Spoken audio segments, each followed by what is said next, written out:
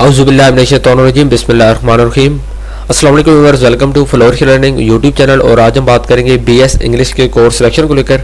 इससे पहले मैंने वीडियोस बनाई है जिसमें मैंने आपको कोर्स सिलेक्शन के रिलेटेड बेसिक गाइडलाइन और उसके जो बेसिक प्रोसीजर्स हैं, कैसे आप लोगों ने कोर्स सिलेक्शन करनी है, रूल्स क्या होते हैं, वो सारी चीज़ें आपके साथ डिस्कस की थी।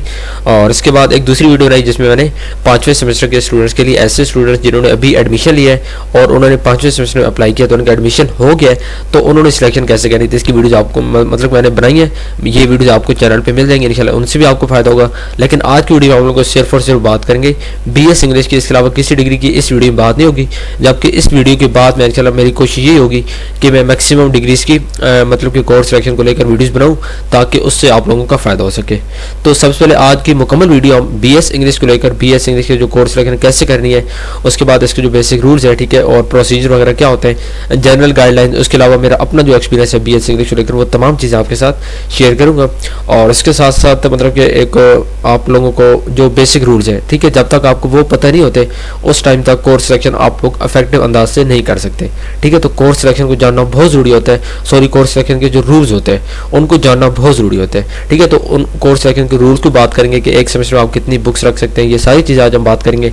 तो मजीद कोई वक्त है कि कैसे अप्लाई करते हैं, इस चीज़ की मैंने आपको पहले मतलब कि गाइड की है। तो आज हम डायरेक्ट यहाँ से स्टार्ट करेंगे और डायरेक्ट स्टार्ट हम करेंगे कोर्स सिलेक्शन के रूल से, ठीक है। तो ये कोर्स सिलेक्शन के जो बीएस इंग्लिश के रूल्स हैं वो आपको दिखा दूंगा। इससे पहले आपको दिखाता हूँ, यहाँ पे जब आप अप्लाई करते हैं ना, ये कोर्स सिलेक्शन आप करते हैं तो यहाँ पे आप देखें, ये आपको एक नज़र आ रहा है, ठीक है, यहाँ पे, ठीक है, ये चीज़ ये देखें। इसके ऊपर मैं जैसे कर्सर लेके आया तो इसने कहा है click here to view rules and procedures, ठीक है। तो इसके ऊपर जैसे क्लिक किया है तो अभी देखें ये मतलब कि एरर आ रहा है या टेम्परेरी अनअवेलेबल है, यहाँ पे ये शो नहीं हो रहा। तो इस चीज़ की मैं यहाँ से इसको क्लोज करता हूँ, मैंने वैसे रैंडमली ओपन किए हुए हैं। तो ये कोर्स सिलेक्शन के रूल्स हैं, बीएस इंग्लिश की बात कर रहे हैं, ठीक है। ये देखें, इसमें आप देखें तो पहले सेमेस्टर में क्या होगा, पहले सेमेस्टर के जो स्टूडेंट्स हैं बीएस इंग्लिश के, ठीक है, जिनका भी पहला सेमेस्टर है उनको तमाम बुक्स पहले की दी जाएंगी और उनको कोई भी मतलब कि अप्लाई वगैरह कोर्स सिलेक्शन खुद नहीं करनी होगी, उनको यूनिवर्सिटी खुद ही पहले सेमेस्टर की बुक्स उनके एलएमएस के अंदर आ जाएंगी, ठीक है। उसके बाद पहले सेमेस्टर में जो मैक्सिमम 17 क्रेडिट आवर्स होते हैं, ठीक है, पहले सेमेस्टर में मैक्सिमम 17 क्रेडिट आवर्स होते हैं। अब ये कैसे आपको पता चलेगा, ठीक है, मैं आपको दिखाता हूँ। यहाँ से हम इस चीज़ को ओपन करें, ठीक है। यहाँ पे देखें, अब ये बीएस इंग्लिश की स्टूडेंट की बात हो रही है, my study scheme. My study scheme के अंदर आप जाएँ तो ये आप देखें, ठीक है, ये तीन ये हर बुक के सामने, ये पहला सेमेस्टर की बात हो, सेमेस्टर नंबर 1 की, इसमें आप देखिए ये बुक्स हैं और बुक्स के साथ ये सामने आपको क्रेडिट आवर्स भी नज़र आ रहा है। अगर आप इनको जमा करें इन सबको तो ये आपके सामने 17 ही बनेगा। तो इस तरह जिस तरह उन्होंने आपको बताया कि भाई पहले में मैक्सिमम 17 जबकि दूसरे में मैक्सिमम 16 आपको अलाउ होते हैं, ठीक है। दूसरे को देखते हैं तो इसको आप देखें, ठीक है, ये पहला था और ये दूसरा आपके सामने, इसको आप देखें 3, ये 6, 9, 12 और इनमें से एक ये 13 और ये 3, 16। तो ये 16 आवर्स सेकंड सेमेस्टर के हैं, ठीक है। तो ऐसे तमाम स्टूडेंट्स, ठीक है, जिनका पहला सेमेस्टर है वो 17 होते हैं, दूसरे जिनका है उनके 16 होते हैं। और लेकिन आपका पहला कंप्लीट हो गया, अभी आपका दूसरा सेमेस्टर है तो आप लोगों ने कोर्स सिलेक्शन अब करनी है और उसके लिए आपको अलाउ कितने हैं, 16 क्रेडिट आवर्स आपको अलाउ है। 16 का मतलब है कि आसान लफ्ज़ों में अगर आपको कह दूं कि अगर सपोज करें कि बीएस इंग्लिश का पहले सेमेस्टर में आपकी कोई सप्लीज आ गई है, ठीक है, किसी एक बुक में आई है, 2 में, जितनी भी आई हैं, ठीक है, तो आसान लफ्ज़ों में यह है कि सेकंड सेमेस्टर में आप उसको कवर नहीं कर सकते। सेकंड में आपको मैक्सिमम 16 आवर्स ही अलाउ है, ठीक है। 16 आवर्स अलाउ होने का आसान सा मतलब मैं आपको ये बताता हूँ कि इसमें आपकी मतलब यहाँ पे स्टडी स्कीम का ओपन दोबारा करते हैं, ठीक है। पहले सेमेस्टर को तो आपको कंफर्म है कि वो तो पहले ही होंगी, तो जो कोर्स सिलेक्शन होती है सेकंड से स्टार्ट होती है। इसमें आप देखें ISL 201, तो इसका 1 क्रेडिट आवर है, ठीक है। तो जो लोग भी दूसरे सेमेस्टर की कोर्स सिलेक्शन करेंगे उनको मैं ये कहूँगा कि आप लोग ISL 201 लाजमी रखें क्योंकि इसका 1 है, ठीक है। तो इस हिसाब से आपके 16 कंप्लीट होंगे, ये आपका एक ये हो जाएगा। अब पीछे रह गए 5 बुक्स, ठीक है। अब 5 बुक्स जो आपने रखनी है वो आपने कौन सी रखनी है। अब लेट्स सपोज यहाँ से हम स्टडी स्कीम को देखते हैं, तो सपोज करें कि इनमें से आपकी किसी बुक की सप्ली आ गई है, इनमें से तमाम बुक्स आप देखें ये 3-3 आवर्स की हैं सिवाय इस बुक के, ठीक है। पार्क स्टडीज ये 2 आवर्स की है जबकि बाकी तमाम बुक्स 3 आवर्स के हैं। तो सपोज करें कि आपकी मतलब कि इनमें से किसी बुक में सप्ली आ गई है या एफ ग्रेड आ गए जो भी है, तो उसके बाद अब सेकंड सेमेस्टर आपके पास ऑप्शन ये है कि आपने 16 आवर्स रखने हैं। एक बुक तो आपकी ये हो जाएगी, पीछे रह गया 15। अब 15 का मतलब है कि यानी कि 5 बुक्स आप रख सकते हैं 3-3 आवर्स की, ठीक है। 3-3 आवर्स की आप 5 बुक्स को रख सकते हैं। एक बुक आपकी ISL 201 हो गई है, या एथिक्स होगी, जो भी है। एथिक्स नॉन मुस्लिम के लिए है, जबकि मुस्लिम के लिए ISL 201 है। तो इनमें से आपने एक रख ली है, पीछे आप कोई सी 5 बुक्स आपने रखनी है। अगर आपकी कोई एक बुक फेल है, 2 फेल है, 3 फेल है पहले सेमेस्टर में, तो कोई मसला नहीं है। 4 इवन के 5-6 तक जितनी भी आपकी फेल है, आपके पास सीधा सा ऑप्शन है कि आपने सिर्फ 5 बुक्स और रखनी है। वो आपके ऊपर डिपेंड करता है कि आपने पहले सेमेस्टर की जो सप्लीज है उनको लेकर चलते हैं, या आप सेमेस्टर नंबर 2 की जो बुक्स है इनमें से कोई रखते हैं।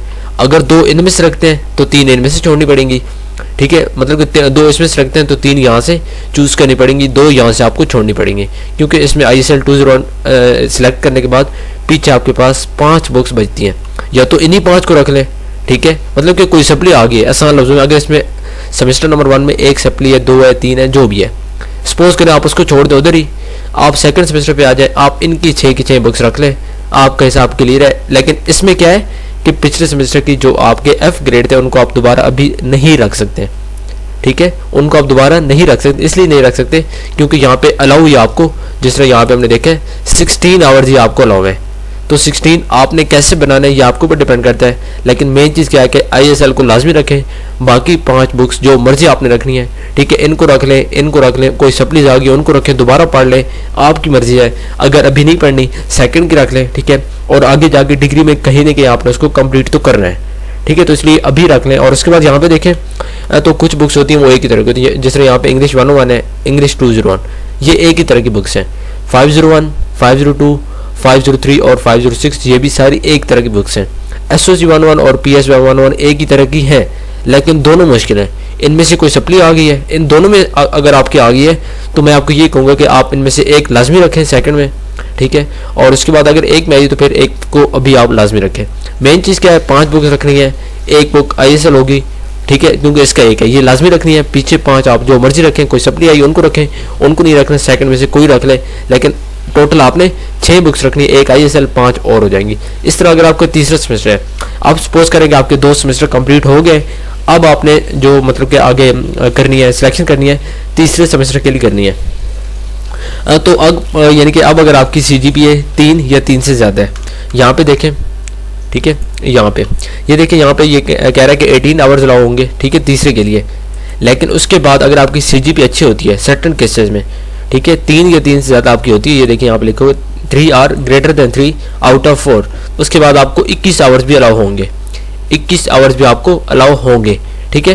तो ऐसे स्टूडेंट जिनकी पहले सेमेस्टर में कोई सप्ली आ गई है या दूसरे में आ गई है, ठीक है, कुछ भी हुआ है, पहले में आ गई है, आसान लफ्ज़ों में यह है कि वो सप्ली अभी आप दूसरे में क्लियर नहीं कर सकते हैं, उन बुक्स को रख सकते हैं, लेकिन फिर दूसरे में से कोई बुक्स आपको छोड़नी पड़ेंगी, क्योंकि मैक्सिमम लिमिट ही आपके पास 6 बुक्स की है। लेकिन जिनके 2 हो गए, पहले में कोई सप्ली है, कोई कुछ 2 में है, या पहले में नहीं है दूसरे में है, या दूसरे में नहीं थी पहले में, कुछ भी है, कोई बुक्स आपकी रहती है, तीसरी की आपने करनी है, तो तीसरे में आपके पास ऑप्शन ये है भाई कि अगर आपकी CGPA 3 या 3 से ज़्यादा बन रही है तो आपको 21 आवर्स अलाउ होंगे। 21 आवर्स अलाउ होने का मतलब है कि 6 बुक्स तो आपकी ये होंगी, ठीक है, 6 बुक्स तो आपकी ये वाली होंगी, ये 6 की 6 सेमेस्टर नंबर 3 की, और एक बुक आपके पास एक्स्ट्रा भी आप रख सकते हैं, जो आपका पीछे F ग्रेड था किसी बुक में अगर नहीं था तो वेल एंड गुड।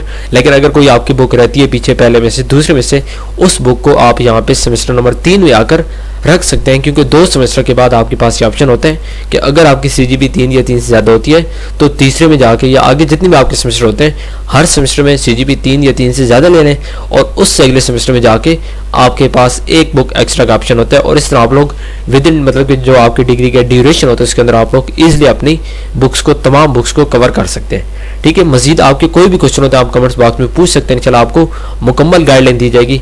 लेकिन अभी यहाँ पे इस तरह अगर आपने सिलेक्शन करनी है सेमेस्टर नंबर 4 की, ठीक है, तो 3 के बाद अगर आपकी CGPA 3 या 3 से ज़्यादा बन रही है तो 4 में भी आप 7 बुक्स की तरफ जा सकते हैं, एक बुक एक्स्ट्रा आप रख सकते हैं। वैसे तो 18 आवर्स अलाउ है, मतलब कि 6 बुक्स, एक बुक 3 आवर्स की, तो 6 बुक्स टोटल 18।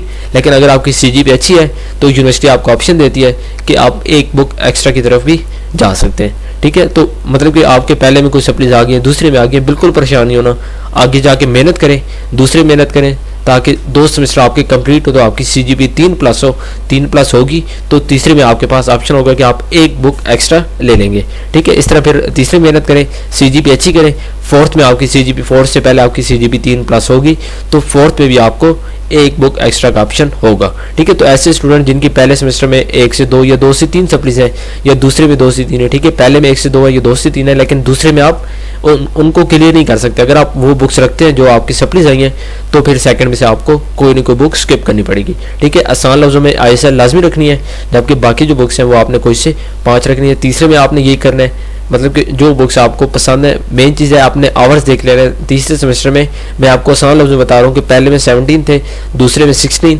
जबकि तीसरे चौथे पाँचवें छठे सातवें आठवें सब में आपके पास 18 आवर्स ही अलाउ हैं। टोटल 18 आवर्स आपको अलाउ है। अगर आपकी CGP अच्छी है तो 18 आवर्स का मतलब है कि 6 बुक्स आपको अलाउ है।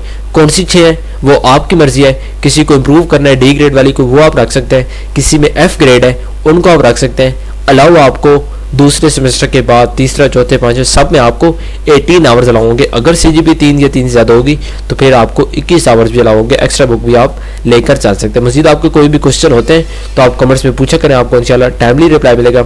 उम्मीद करता हूँ आपको आज की वीडियो पसंद आई होगी। काइंडली चैनल को सब्सक्राइब कर लें और उसके अलावा बेल आइकन बटन को लाजमी प्रेस करें ताकि आइंदा जितनी भी मैं वीडियोज़ अपलोड करूँ आपको उसका फ़ायदा हो सके।